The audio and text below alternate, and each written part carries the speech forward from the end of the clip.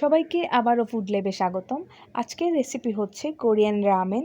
বাসায় কিভাবে normal noodles দিয়ে কোরিয়ান রামেন বানানো যায় সেটি আজ দেখিয়ে দেব, এবং আমি শিওর যে এটা যদি কেউ একবার খায় তাহলে বারবার খেতে চাইবে।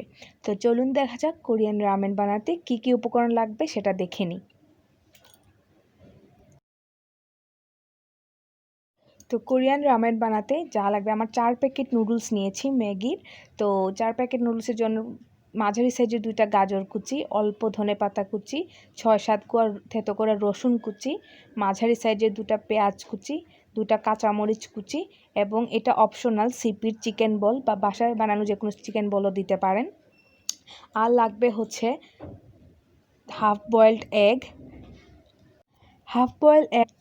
বানানোর জন্য আপনার যা করতে হবে তা হলো ফুটন্ত গরম পানিতে আমি ডিমটা প্রথমে ছেড়ে দিয়েছি এবং 5 থেকে 6 মিনিট আমি জাল দিয়েছি।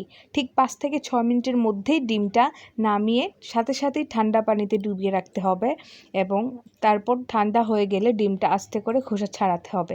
তাতেই হাফ বয়েল ডিমটি হবে, নয়তো ডিমটা শক্ত হয়ে যেতে পারে। তাই ডিমটা বানানোর জন্য অবশ্যই আপনাকে 5 থেকে 6 মিনিটের মধ্যেই নামাতে হবে। আর লাগবে হচ্ছে চিকেন। শুকনা মরিচটা আমি শুকনা খোলায় ভেজে নিয়েছি, তেল ছাড়াই, তারপর গুঁড়া করে নিয়েছি। আর নিয়েছি আমি 4 প্যাকেট ম্যাগি নুডলস মশলা সহ। আপনারা চাইলে অন্যান্য নুডলসও নিতে পারেন, তবে অবশ্যই সেটা মশলা সহ হতে হবে। আর লাগবে সয়া সস, টমেটো সস।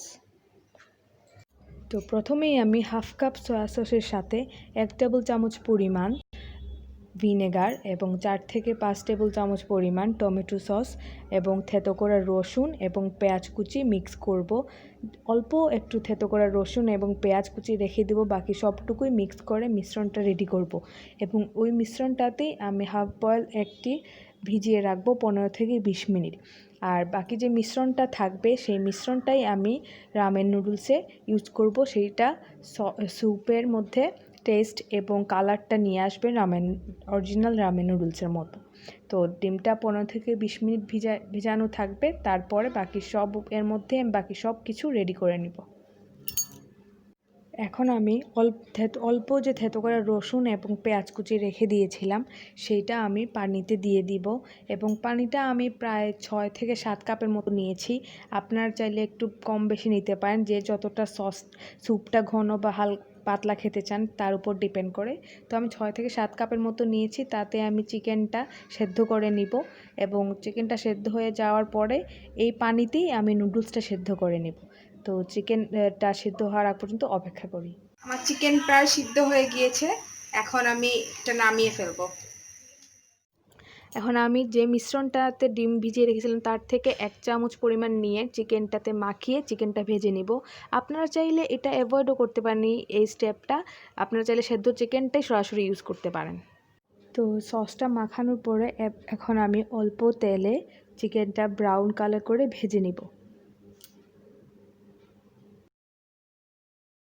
আমার চিকেনটা প্রায় রেডি, গোল্ডেন ব্রাউন কালার চলে আসছে। এখন আমি নামিয়ে ফেলব। তো আমি চিকেনটা যে পানিতে সেদ্ধ করেছিলাম সেই পানিতেই আমি নুডলসগুলা সেদ্ধ করে নিব। নর্মালি নুডলস রান্না করতে যেরকম সেদ্ধ করা হয় ঠিক সেইভাবেই আমি নুডলসটা সেদ্ধ করে নিব, এবং নুডলসটা সেদ্ধ হয়ে যাওয়ার পরে আমি বাকি সব উপকরণগুলো মিক্স করে দিব। তো নুডলস সেদ্ধ হওয়ার আগ পর্যন্ত আমরা অপেক্ষা করব, এবং তারপর আমরা বাকি সব উপকরণ মিক্স করব।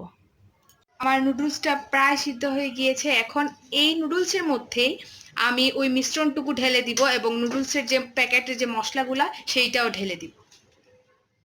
তো আমি এখন নুডলসের মশলাটুকু ঢেলে দিয়েছি, এবং তার সাথে সাথেই আমি এই যে সসের মিশ্রণটাও ঢেলে দিলাম। আমি সসের মিশ্রণটা এখন ঢাললাম, তার কারণ হচ্ছে আমি যদি আগেই ঢেলে দিতাম তাহলে সয়া সস এবং বাকি পেঁয়াজ এবং রসুনের যে ফ্লেভারটা থাকে তা বেশিক্ষণ জাল দিলে চলে যেত। এর জন্য আমি এই মিশ্রণটা দেওয়ার পর ঠিক 2 থেকে 3 মিনিট আমি একটু জালে রাখবো, তারপর নামিয়ে ফেলবো। তো আমি 2-3 মিনিট জাল দেওয়ার মাঝখানে আমি লবণটা একটু চেক করে নিব। এখন আমার হাফ চামচের মতো এক্সট্রা লবণ লেগেছে, তো আমি অ্যাড করে দিয়েছি হাফ চামচের মতো লবণ। আপনারা অবশ্যই লবণটা চেক করবেন সসের মিশ্রণ এবং মশলাটুকু দেওয়ার পর, কারণ সস এবং মশলা দেওয়ার পর কতটুকু লবণ লাগবে তার স্বাদ অনুযায়ী আপনারা অ্যাড করে নেবেন। তো 2-3 মিনিট জাল দেওয়ার পর আমি সেটা নামিয়ে ফেলবো। আমি নুডলসটা একটা সার্ভিং ডিশে নিয়ে নিলাম। নেওয়ার পরে এখন তাতে আমি গাজর কুচি, আমি এখানে অর্ধেকটা নিয়েছি, বাকি অংশটুকু আমি পরে সার্ভ করে নিব। এখন আপাতত এতটুকুই দেখাচ্ছি। তারপরে দিয়ে দিলাম অল্প ধনেপাতা কুচি এবং কাঁচামরিচ কুচি। তারপরে দিয়ে দিব পেঁয়াজ কুচি। আর আমি একটা উপকরণ বলতে ভুলে গিয়েছিলাম, সেটা হচ্ছে আদা কুচি করা, ওইটাও দিয়ে দিব। তারপরে সবগুলো মিক্স করে নিব। মিক্স করার পরে আমি এতে আর একটু স্যুপটা ঢেলে দিব, কারণ এটা একটু অনেক স্যুপি থাকে। আমার কড়াই থেকে স্যুপটুকু ঢেলে দিব।